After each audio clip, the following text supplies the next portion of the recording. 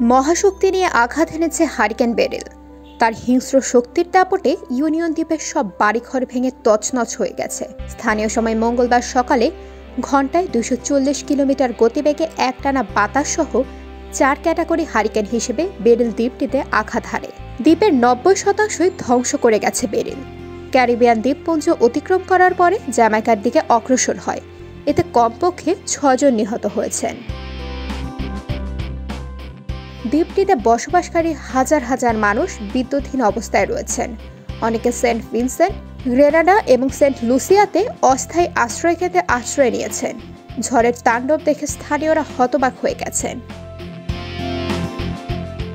Saint Vincent ও গ্রেনাডাইন্সের কাছে অবস্থিত দ্বীপের প্রতিটি বাড়ি একেবারে বিধ্বস্ত হয়ে গেছে। মহাশক্তিশালী ঝড় বেরিলের ভয়াবহ ক্ষতচিহ্ন রেখে গেছে গোটা ইউনিয়ন দ্বীপে। প্রায় পুরো দ্বীপের বাসিন্দারা এখন গৃহহীন হয়ে খোলা আকাশের নিচে আশ্রয় নিয়েছেন। জামাইকা গ্রানাডা দ্বীপপুঞ্জ অতিক্রম করে বুধবারের প্রথম দিকে জামাইকার কাছাকাছি বা তার আশেপাশে বেরিল আঘাত হানে। বৃহস্পতিবার কেম্যান দ্বীপপুঞ্জের কাছে এবং শুক্রবার মেক্সিকোতে হানতে পারে বলে আবহাওয়ার পূর্বাভাসে বলা হয়েছে।